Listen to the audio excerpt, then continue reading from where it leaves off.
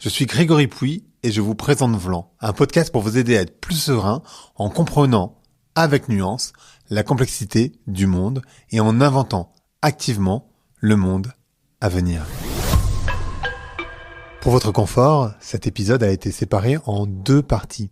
Ceci est le début de la première partie. Bienvenue en économie de guerre. C'est le titre de l'ouvrage de mon invité du jour qui s'appelle David Baverez. C'est un investisseur qui vit à Hong Kong, qui a un regard assez froid sur les choses, mais avec lui, on va vraiment se poser des questions hyper intéressantes, je trouve, de la place de la France, mais aussi de l'Europe, dans la guerre des blocs entre les États-Unis, la Chine et évidemment la Russie. On va évidemment parler de la vassalisation de l'Europe, de sa dépendance aux autres continents, de comment on peut se relever et comment la France peut faire, qu'est-ce que ça veut dire pour nous.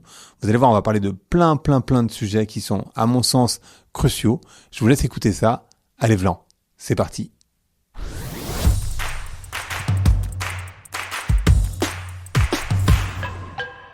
Donc, bonjour à toutes, bonjour à tous, bonjour David. Bonjour. Comment tu vas ? Ben jusque-là, ça va. Jusqu'à présent, ça va à peu près.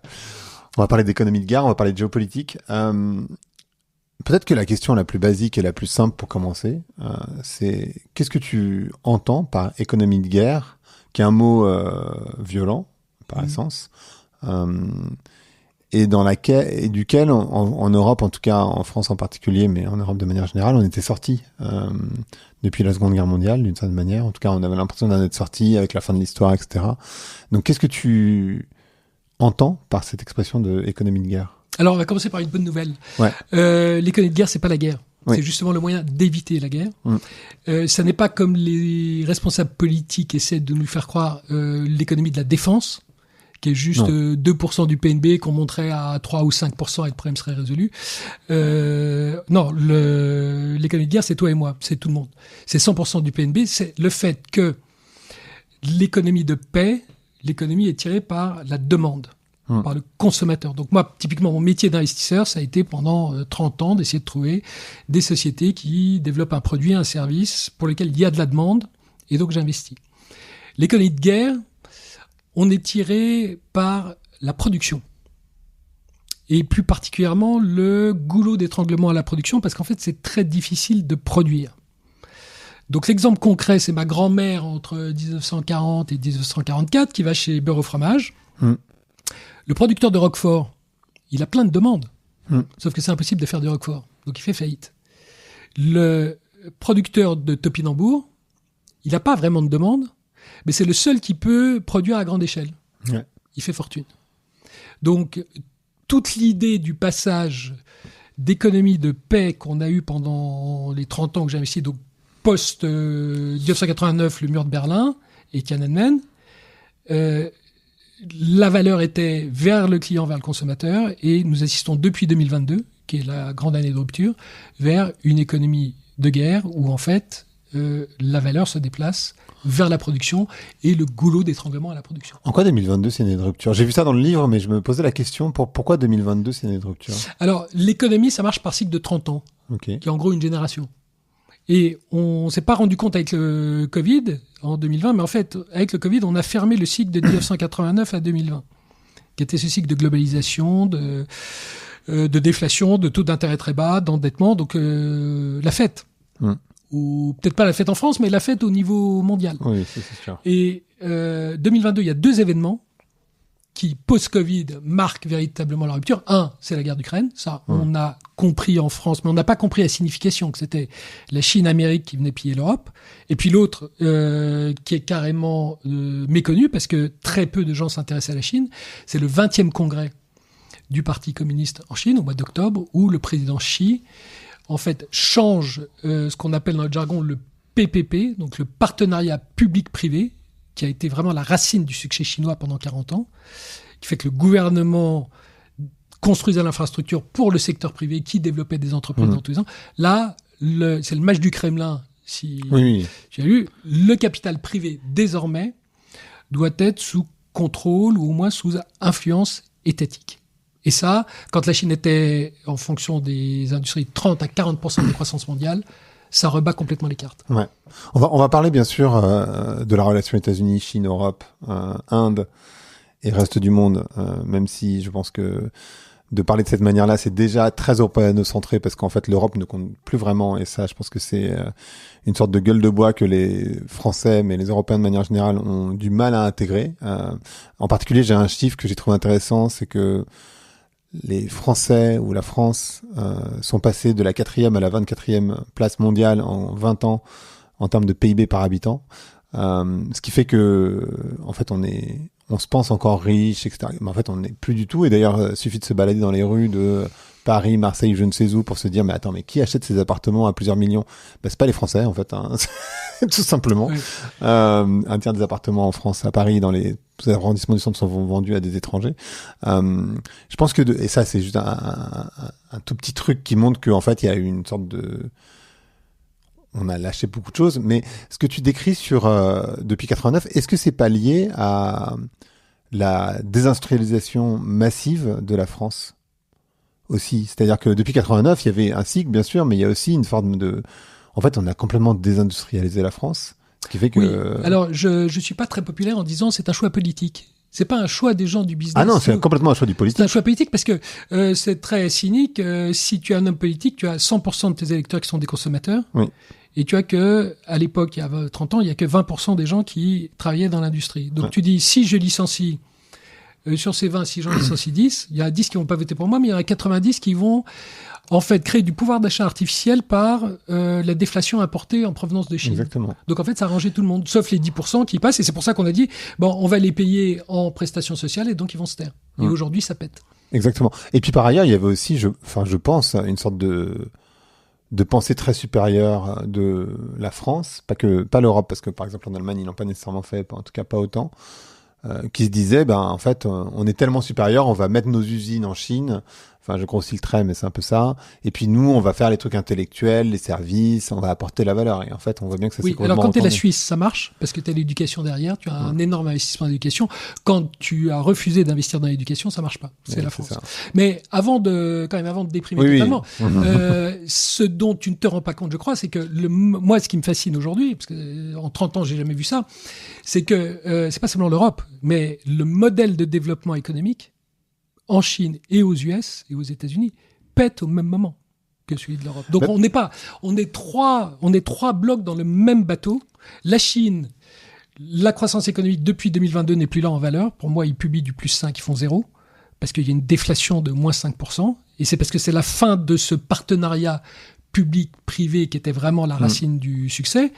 Les US... Ils ont une dette monumentale. Exactement. Tu prends la croissance du PNB américain depuis 2020, c'est égal à la croissance de la dette publique. Donc, il y a en fait zéro création de valeur. Et nous, on a ce que tu as commencé à décrire, un modèle d'autostoppeur où en fait, l'autostoppeur, c'est le meilleur modèle économique du monde parce que je monte dans ta voiture, je paye pas et tu m'emmènes là où je veux aller. C'est gratos. Et ça, le problème, c'est qu'à un moment, ça tourne à la dépendance. Parce que moi qui ai la voiture qui conduit, à un moment, j'en ai marre et je te dis, non, je suis plus d'accord. Et nous avons une dépendance vis-à-vis des États-Unis sur la révolution digitale, et avons une dépendance vis-à-vis de la Chine sur la transition environnementale, qui sont les deux grands défis qu'on a. Donc, ça pète. Et on a une dépendance à la Russie par l'énergie. Enfin... Oui, du coup, si tu veux, soit tu déprimes total parce que tu dis tout pète, soit tu dis, alors en général, c'est quand t'as les cheveux gris comme moi que tu commences à déprimer, ou que t'as plus de cheveux comme toi. Moi, j'ai des cheveux, attention. Bon, je sens que c'est le coiffeur. Ils sont très courts. Si tu rentres dans la vie professionnelle, t'es comme moi, j'ai commencé à travailler en 90, tu dis, mais c'est génial, il y a un nouveau cycle qui commence, j'ai aucune idée de la tête qu'il va avoir, mais justement, c'est à moi de le construire. Oui, bien sûr. Génial.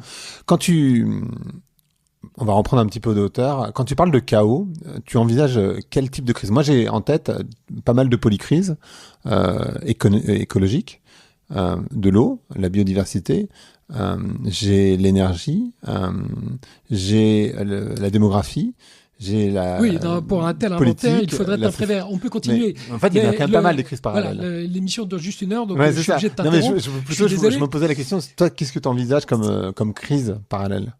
Moi, ce qui me frappe, c'est qu'il y a trois grandes disruptions dans la décennie qui vient. On l'a dit, révolution digitale, transition environnementale et ce qu'on appelle geoeconomics dans le jargon, c'est-à-dire le retour de la politique dans le business, de la géopolitique.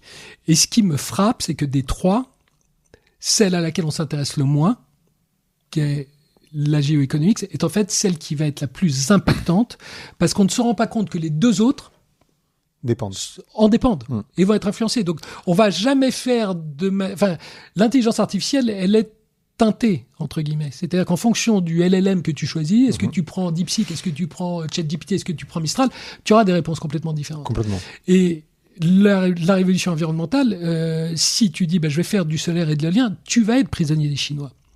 Aujourd'hui, oui. Donc, ce qui me fascine, c'est que, comme d'habitude, c'est le sujet le plus important qui est le plus méconnu. Donc, où sont toutes ces crises? Elles viennent pour moi du fait qu'on passe d'un monde qui était essentiellement dominé par, on peut appeler ça l'hégémonie ou la superpuissance américaine, comme on veut. Et le consensus, c'est que nous allons passer d'un monde monopolaire à un monde bipolaire, avec Chine et US. Et moi, je dis non, c'est pas du tout ça. C'est nous passons par une étape intermédiaire qui est un monde apolaire. C'est un monde là, nous sommes dans une planète du chaos parce qu'il n'y a pas de modèle d'ordre mondial alternatif à ce stade.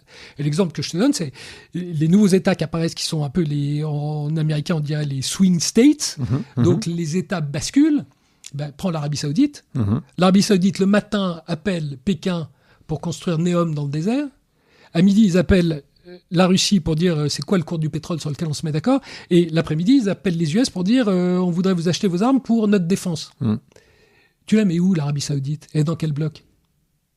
Il n'y a plus de bloc. Est-ce que c'est pas multipolaire ou quelle différence tu fais entre le multipolaire et le apolaire? C'est apolaire. Apolaire, ça veut dire que là, il n'y a pas de pôle. Donc, l'Arabie Saoudite peut passer d'un camp à l'autre. Donc, dans le jargon, c'est du deal by deal, c'est-à-dire en fonction de l'intérêt du moment, je serai copain avec toi. Ouais. Donc, c'est un peu le modèle turc. La Turquie a 10 voisins et la Turquie, traditionnellement, entube un de ses voisins tous les jours. Ils font le tour du cadran de la montre en disant dans 10 jours, il ne se souviendra plus que je l'ai entubé parce qu'entre-temps, j'ai entubé les 9 voisins. C'est ça le monde dans lequel on vit. Et naturellement, nous, on n'y est absolument pas préparés, Européens, parce que c'est totalement contre notre culture. L'Amérique n'y était pas préparée, mais sous Trump, elle comprend de plus en plus rapidement. Et puis alors, les Chinois, par contre, sont les maîtres du chaos. Et donc, c'est pour ça que ça leur va très bien. C'est la Chine qui dit, nous allons passer par cette période apolaire où, tu vois, là, on discute, mais pendant qu'on discute, il y a une réunion de l'Organisation de coopération de Shanghai.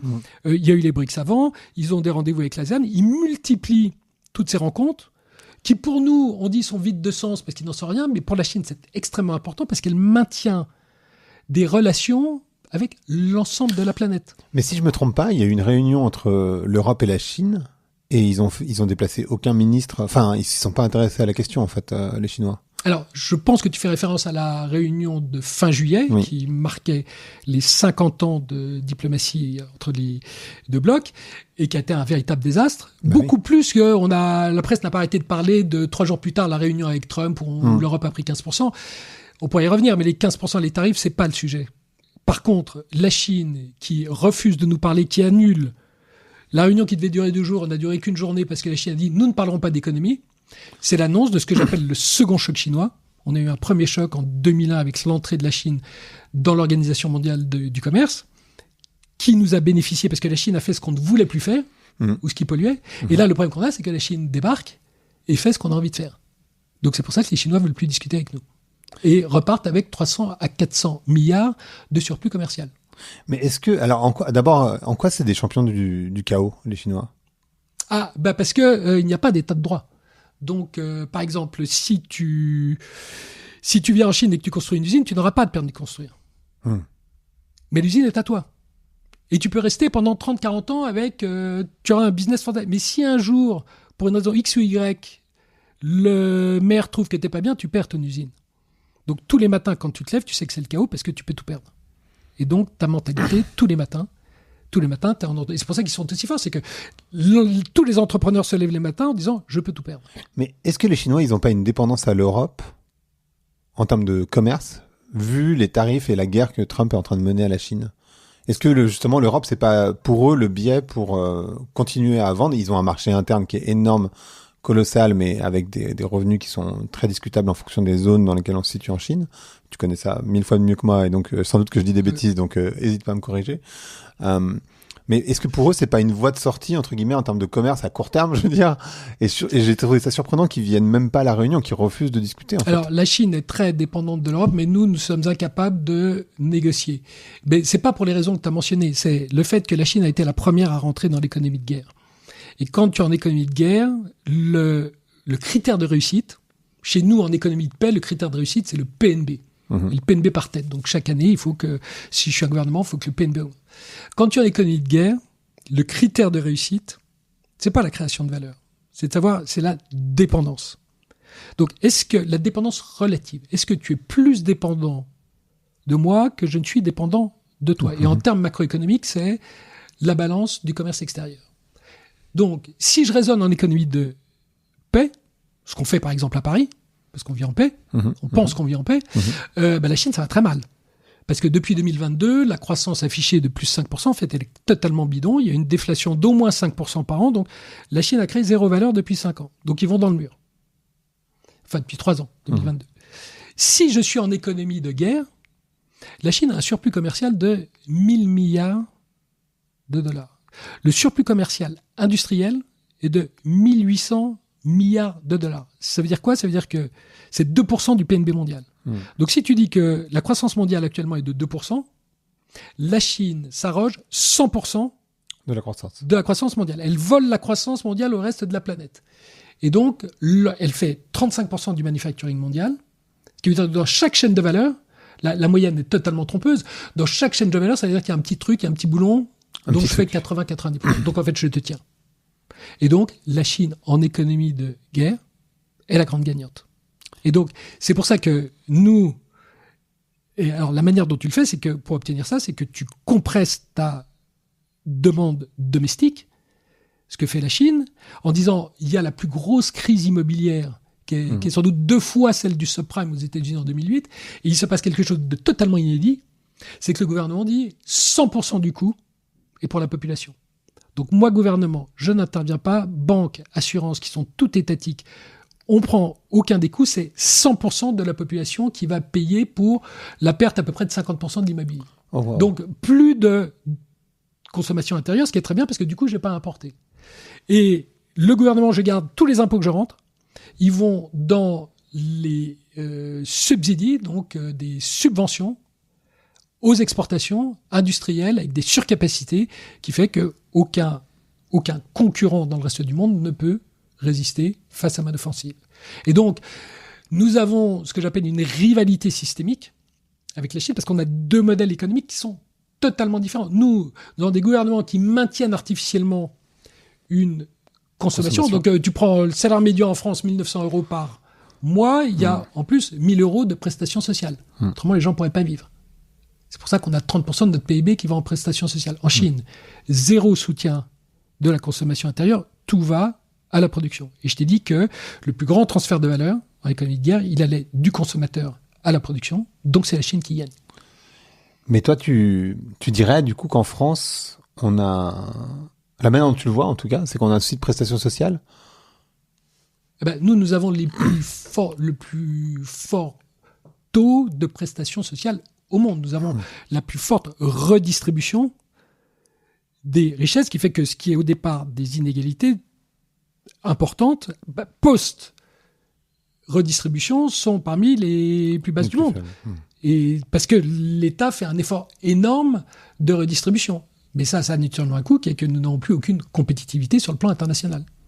Donc nous sommes les ultimes autostoppeurs où nous dépendons en fait totalement du reste du monde, y compris financièrement, ou parmi les mensonges, donc c'est le triomphe des fake news, on te dit la dette française est détenue 50% par les Français, 50% par les étrangers. Mais c'est totalement faux. Les 50% de Français, il y en a 25 qui sont à la Banque de France, qui en fait sont là pour la BCE. Donc, tu prends les achats de bons du Trésor français en 2024, 78% de ces achats sont opérés par des étrangers. Donc, nous, Français, nous ne possédons en fait que 20 à 25% de notre dette. Et nous sommes dépendants de 50 à 75% du reste du monde. Et on pourra peut-être en revenir, notamment des Allemands, et c'est ce qui va maintenant nous péter au nez. Pourquoi nous péter au nez? Parce que on ne sait pas ce qui va se passer, mais là, la semaine prochaine, on nous dit que le gouvernement va potentiellement péricliter et que nous allons avoir un problème de financement de la dette. Pas tellement parce que ce qui se passe chez nous, on fait ça depuis 20 ans, mais ce qu'on oublie toujours, les crises souveraines, ça vient de l'extérieur. Et l'extérieur, c'est l'Allemagne. C'est que le tremblement de terre, c'est que l'Allemagne, pour la première fois, va emprunter de manière importante sur les marchés. Il y a 100 milliards incrémentaux à trouver. Et ces 100 milliards, potentiellement, ils vont venir de la Chine, de la France, des gens qui investissent en France qui vont se retourner vers l'Allemagne. Et donc, ce à quoi on s'attend, c'est que l'Allemagne va nous défendre, parce qu'ils sont très gentils, les Allemands. On sait, ils nous adorent. Ils sont très impressionnés par notre modèle français, comme s'il y avait un étranger qui nous regardait en disant qu'on était un modèle. Et donc l'Allemagne paiera, mais contre ça, elle va demander, naturellement, Frédéric Merz, qui est un banquier éméné, un avocat éméné, va demander la direction, la gouvernance de l'Europe. Et ça, on le voit à un moment, on va le voir à un moment où c'est le rapport Draghi, il faut qu'on consolide nos industries pour résister à la Chine et les États-Unis. Tout le mécano de la consolidation européenne industrielle, auquel nous, Français, on aurait dû participer, typiquement dans la défense, tout ça va être décidé par les Allemands et non plus nous. Mais ce que tu décris sur la dette, c'est aussi le cas des États-Unis, non? Leur dette, elle est en Chine, principalement, non? Ou c'est moi qui me trompe? Pas du tout. Ah ouais? Pas du tout, ça fait partie des fake news qu'on raconte. Okay. Non, la dette américaine est détenue à 80% par les Américains. D'accord. Elle dépend que de 20% des étrangers. Et la Chine, c'est seulement 2%, donc c'est rien du tout. Ah, ok. C'est rien du tout, c'est 750 milliards sur à peu près 35 trillions de dollars. Enfin, donc, 35 000 milliards. Ouais. Donc c'est rien du tout. Donc ça n'est absolument pas... Et les Chinois savent très bien qu'ils n'ont aucun levier là-dessus. Ils n'ont pas de leverage, ouais. C'est pas par là qu'ils ont le leverage. Ils ont le leverage par le fait qu'ils contrôlent 35% du manufacturing mondial et un goulot d'étranglement dans quasiment chaque chaîne de production. Donc tu l'as vu dans les négociations, les terres rares, $150, et avec $150 dans une voiture, j'arrête une chaîne de production d'entre 30 et 50 000 $. Donc je perds 150, mais les US perdent entre 30 et 50 000. Plutôt bien joué, non? Pas mal. J'allais te poser la question, en tout cas je l'avais préparé, de me dire... si tu mets les lunettes d'un Brésilien, d'un Indien, d'un Américain, d'un Chinois, comment tu regardes le monde et qu'est-ce qu'on rate en France? C'est quoi le gros truc que les Français ont complètement sont passés à côté, quoi, en fait? Parce qu'on a des biais, on a toute une histoire, on se raconte aussi une histoire et on passe complètement à côté d'une forme de réalité. Ce qu'on n'a pas compris, c'est que entre 1989 et 2020, le monde a fait x10, qui est un truc de malade. C'est-à-dire que moi, quand j'ai cherché mon premier job, en 1990 à Londres, nous étions une planète de 700 millions de personnes. C'est-à-dire que moi, mon job, je n'avais en concurrence que des Américains ou des Européens. Il n'y avait pas de Chinois, il n'y avait pas d'Indiens, il n'y avait pas de Brésiliens qui étaient pour mon job. Aujourd'hui, la planète est de 7 milliards de gens. C'est-à-dire que je vis à Hong Kong, si j'ai envie d'embaucher quelqu'un, je peux embaucher quelqu'un des 4 coins du monde. Donc, en 30 ans, nous sommes passés de 700 millions à 7 milliards. Nous avons fait x10. 700 millions d'Européens et d'Américains. Mais le monde économique ne tenait qu'à l'Europe et aux États-Unis. Oui, bien sûr. Et aujourd'hui, c'est 7 milliards. Donc, ce qu'on n'a pas compris... Donc, quand tu es au Brésil, quand tu es en Chine et quand tu es en Inde, c'est pour ça que tu es aussi optimiste. Tu dis, mais c'est fabuleux. Le monde fait x10. Alors, pas encore dans les mesures de PNB, mais tu sais que la population qui participe à l'activité économique mondiale a fait x10. Fabuleux. Et quand tu es en France, tu regardes des PNB qui font 1 ou 2%, donc tu dis c'est pas grave, là le monde il est stable, il bouge pas. Et c'est comme ça qu'on passe totalement à côté. Est-ce qu'il y a des endroits dans lesquels la France n'est pas en dépendance? Parce qu'on a une dépendance numérique énorme, que ce soit à travers les plateformes, que ce soit à travers le cloud, que ce soit... Enfin, quand je parle des plateformes, c'est Instagram, TikTok... YouTube, etc. Le cloud, tout est sur le cloud. La santé française est sur le cloud, américain. Bref. Alors, on arrête le Prozac et non, mais on a des ressources incroyables. D'abord, alors c'est le coup de bol de l'histoire.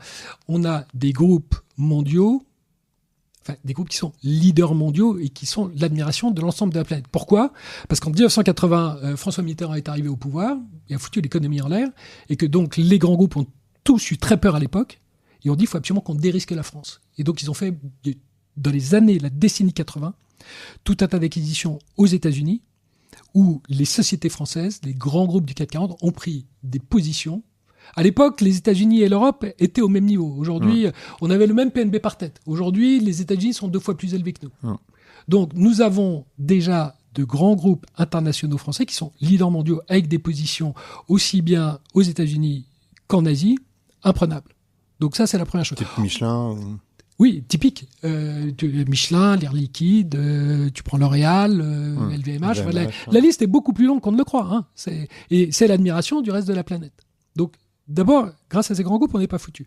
Et puis, deuxièmement, on a eu une époque où on avait un PPP, on avait un partenariat public-privé, où on avait un gouvernement fait d'experts qui prenait les bonnes décisions. Donc aujourd'hui, on a ce truc fantastique du nucléaire, mais qui date d'une décision qui a été prise dans les années 60 et les années 70. Donc on vit de notre acquis, et le problème, c'est qu'effectivement, ça a commencé sous l'époque, dans les années 80 de François Mitterrand, le talent a quitté la fonction publique pour aller dans le business, dans le secteur privé.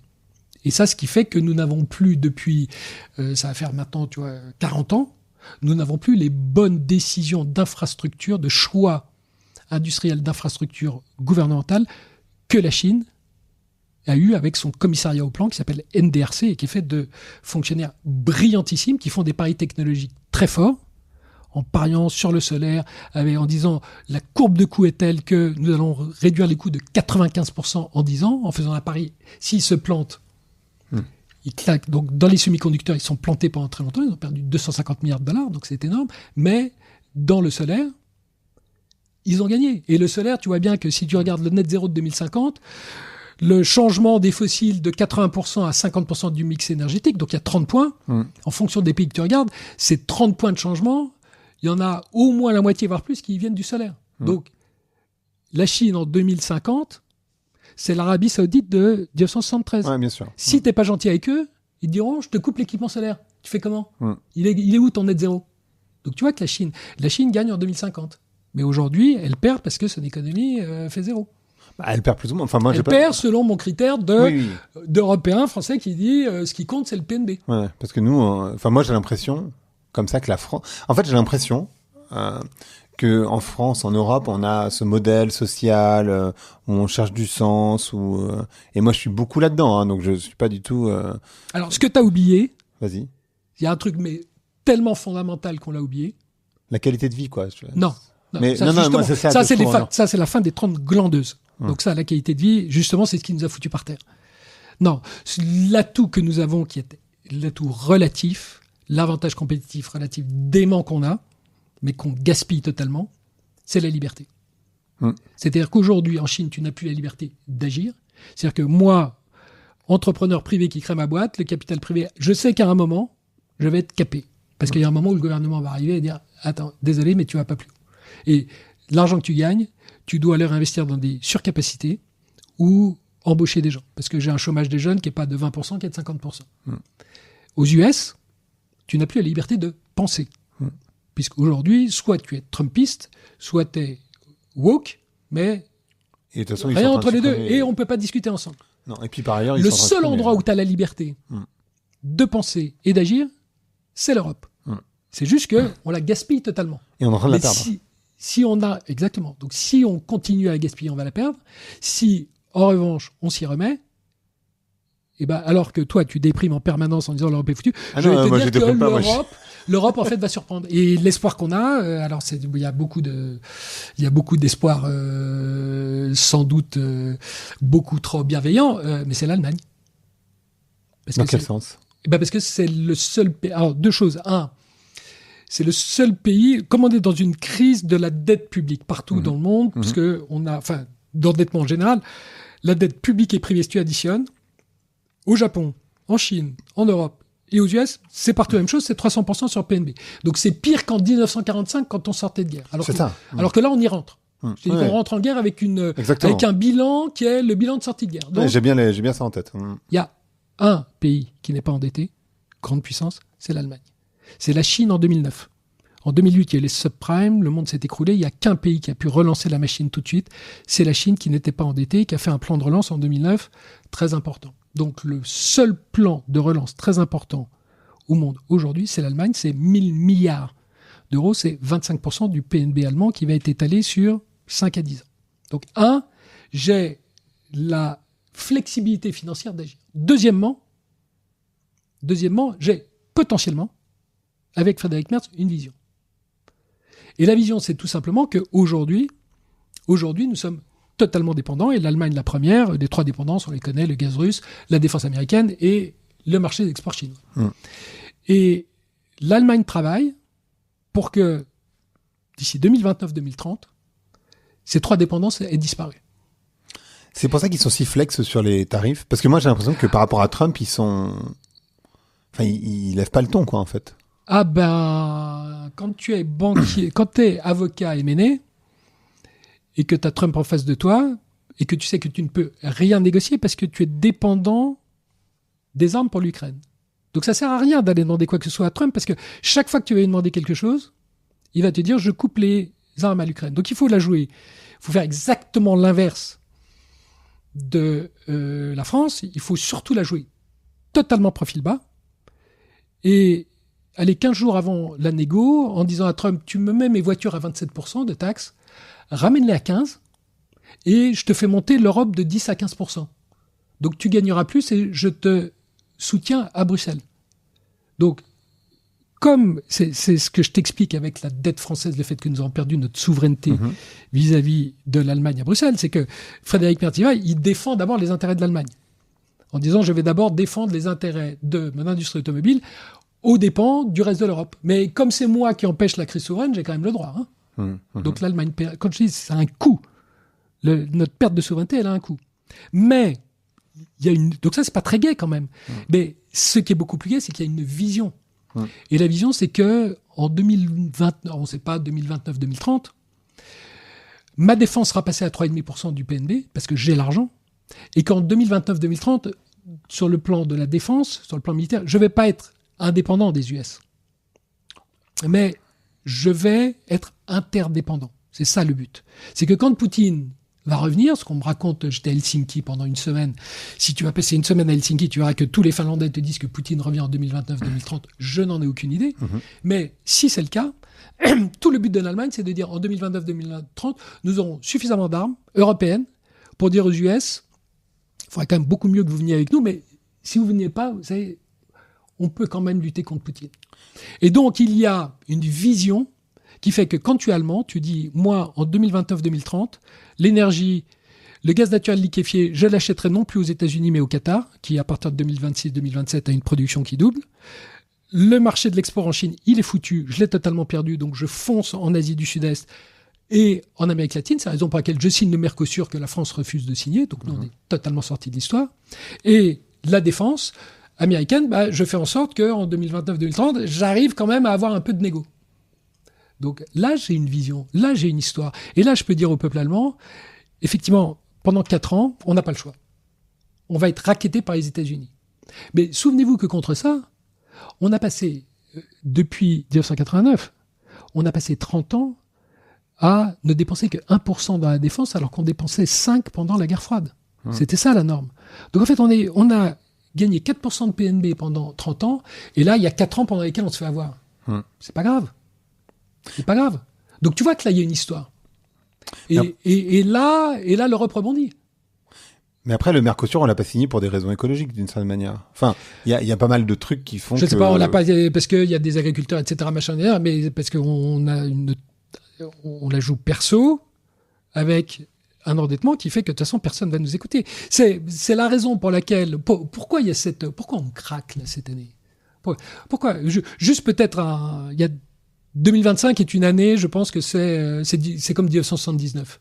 On se rend pas compte, en fait, comme on est dans l'actualité, on ne se rend pas compte qu'on vit un moment, mais totalement historique.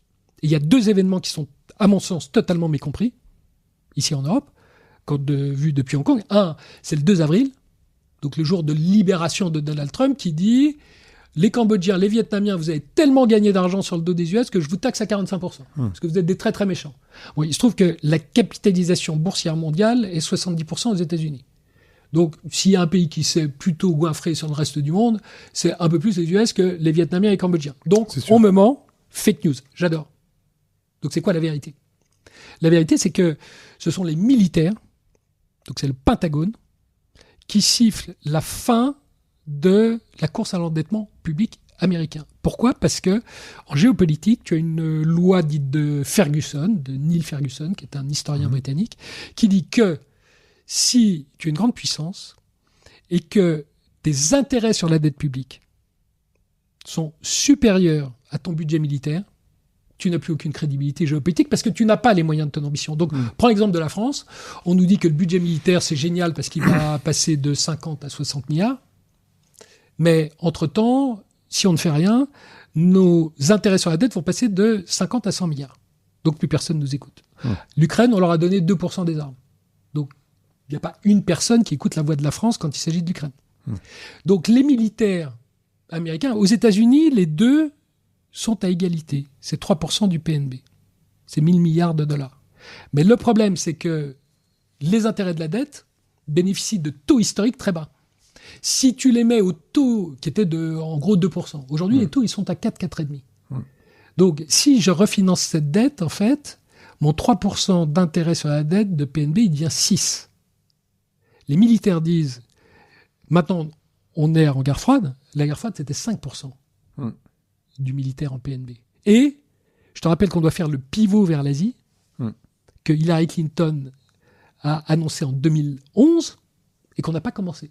Donc on a un retard stratégique, géostratégique énorme vis-à-vis de la Chine dans toute l'Asie. Donc ce qui doit passer de 3% à 5-6%, c'est pas les intérêts de la dette, c'est le budget militaire.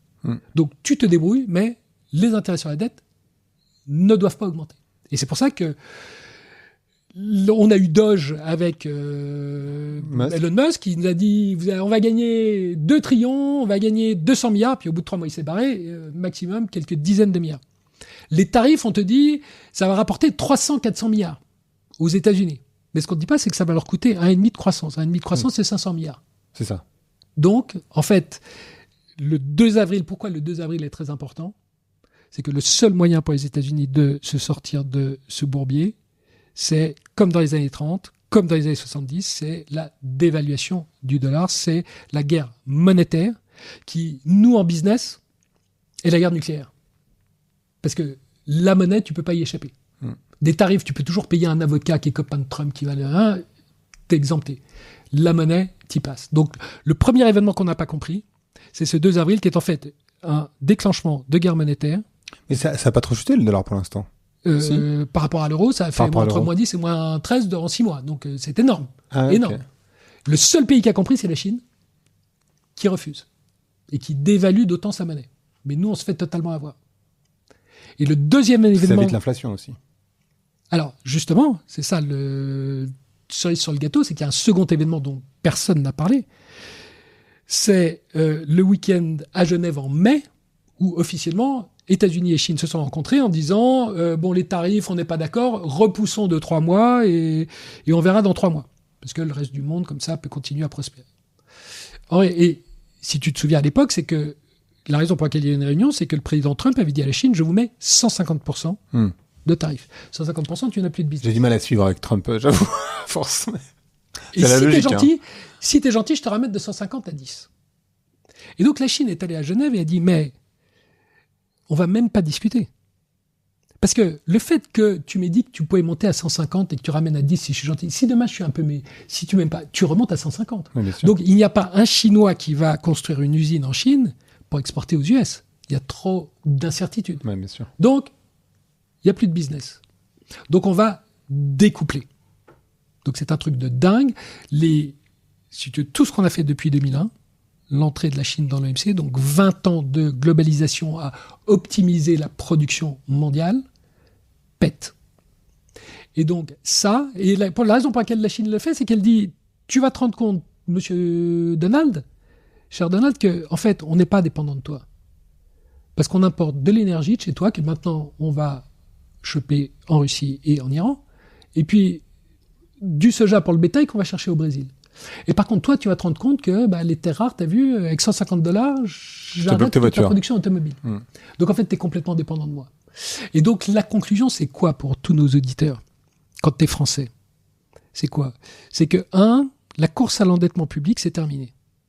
Et donc, si tu as un business aujourd'hui, si tu es patron de boîte, à quel point ton chiffre d'affaires dépend directement ou indirectement de subventions publiques. Donc, je vais te donner un exemple.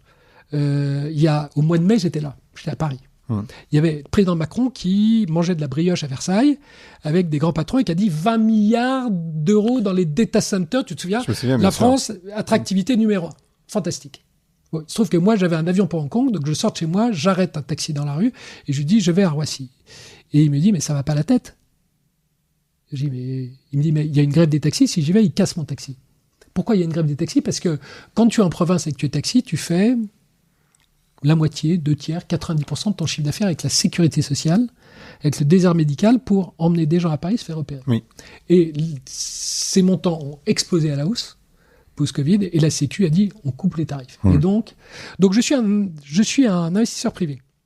Je vais prendre un avion qui est une compagnie aérienne qui est privée. J'ai un aéroport qui est privé. J'ai un taxi qui est privé.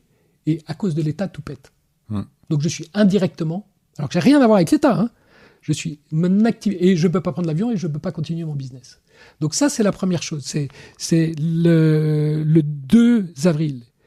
Et puis le week-end à Genève, c'est que comme les deux vont découpler, et ben moi qui suis multinational, j'avais optimisé mes coûts avec des coûts centraux et en fait aujourd'hui, je suis obligé d'avoir 2 structures de coûts partout. Parce que la Chine me dit, s'il y a des trucs qui sont faits aux États-Unis, j'en veux pas. Et les États-Unis me disent, si tu as fait des trucs en Chine, j'en veux pas. Donc, extrêmement inflationniste. Donc, je vais avoir une pression sur mon chiffre d'affaires à la baisse, puisque toutes les subventions étatiques, elles disparaissent. Et je vais avoir des coûts qui augmentent. Donc, ça s'appelle, là, dans le jargon, ça s'appelle la stagflation. C'est le pire des régimes. Et donc, c'est ce que mes parents ont connu entre 1975 et 1980. Où il y a forcément une période difficile d'adaptation dont on sort par la productivité, par la technologie, qui à l'époque était le PC et qui aujourd'hui va être l'intelligence artificielle le jour où elle va délivrer, parce que pour l'instant, elle ne délivre pas. Non, elle ne délivre pas. Et par ailleurs, on est en totale dépendance, parce qu'on n'a pas de modèle européen non plus. Enfin, c'est-à-dire qu'on n'a pas vraiment de moteur de recherche. On a Mistral, mais Apple a envie de l'acheter. Ouais, mais si on est un peu rusé, les LLM, ça vaut 0. C'est pas moi qui le dis, c'est Yann Lequin. Non, mais ça perd de l'argent, surtout. Donc, il n'y a pas de modèle. Pourquoi? Il n'y a aucun modèle dans l'IA qui fonctionne. Qui fonctionne. Pour moi, j'y connais rien, mais je dis juste, si tu veux la recette du meilleur bœuf bourguignon, est-ce que tu déranges Léonard de Vinci? Bon, le LLM, c'est Léonard de Vinci. Il sait tout. C'est un génie. J'ai pas besoin de déranger un génie quand il y a Ducasse il suffit que j'appelle Ducasse, c'est-à-dire un petit modèle qui est spécialisé dans un domaine pour que Ducasse me file sa meilleure recette de bœuf bourguignon. Donc les LLM, ça n'a pas de, compte tenu de ça, avec un coût marginal extrêmement élevé, ça n'a pas de business model. Mais par contre, nous Européens, ça veut dire quoi? Pourquoi on serait plus bête qu'un Chinois ou qu'un Américain pour faire un petit modèle bien ciblé répondant aux besoins d'une industrie? Mais je vois pas. Et pourquoi? Et toute cette intelligence artificielle, elle dépend des données, de la base de données. Et si tu parles aux gens, pourquoi ça marche pas? Pourquoi le MIT a dit que dans 95% des cas, ça marche pas? C'est tout simplement que en anglais, on appelle ça garbage in, garbage out. Si tu mets c'est comme un ingrédient de cuisine. Si tu mets des ingrédients pourris, ton bœuf bourguignon, il sera dégueulasse. Et là, donc, pourquoi est-ce que nous, Européens, on ne pourrait pas développer les bases de données les plus propres au monde sur 450 millions de consommateurs qui sont les plus riches du monde. Donc on a en France, moi je dis quand même, on a en France apparemment sur le plan médical une des meilleures bases de données du monde. Qui est sur que les Américains essaient de nous piquer tous les jours. Elle est sur des serveurs américains déjà. Si on nous défendre. Mais est-ce que justement, il y a 2 choses sur lesquelles je voulais revenir, parce que tu as parlé de démocratie et de liberté, et c'est vrai qu'on est en train de la perdre, parce qu'on voit la montée de l'extrémisme partout en Europe. Alors c'est pas tant l'extrémisme que TikTok. C'est-à-dire que la révolution, elle n'est pas politique, les révolutions, elles sont technologiques. Les révolutions politiques, ce que dit Régis Debray, t'as un très bonne interview de Régis Debray. Après Mao, t'as Deng Xiaoping. Par contre, après l'électricité, t'as plus la bougie. Donc là, TikTok plus extrême droite, 15 jours avant l'élection, en Roumanie comme en Pologne, c'est plié tout simplement parce que TikTok peut cibler dans n'importe quel pays les 30% qui ne votent pas et les 20% d'indécis. Donc ils ont 50% de ce qu'on appellerait dans le jargon le marché adressable sous contrôle en 15 jours avec une fake news qui, d'après le MIT, voyage 6 à 7 fois plus rapidement que la contre-news vérifiée. Donc, je pense bien que 15 jours avant une élection... C'est mort. Merci d'avoir écouté Vlan. Si vous avez aimé l'émission, vous pouvez le dire avec des étoiles, 5 de préférence sur iTunes, et le partager avec vos amis ou vos collègues.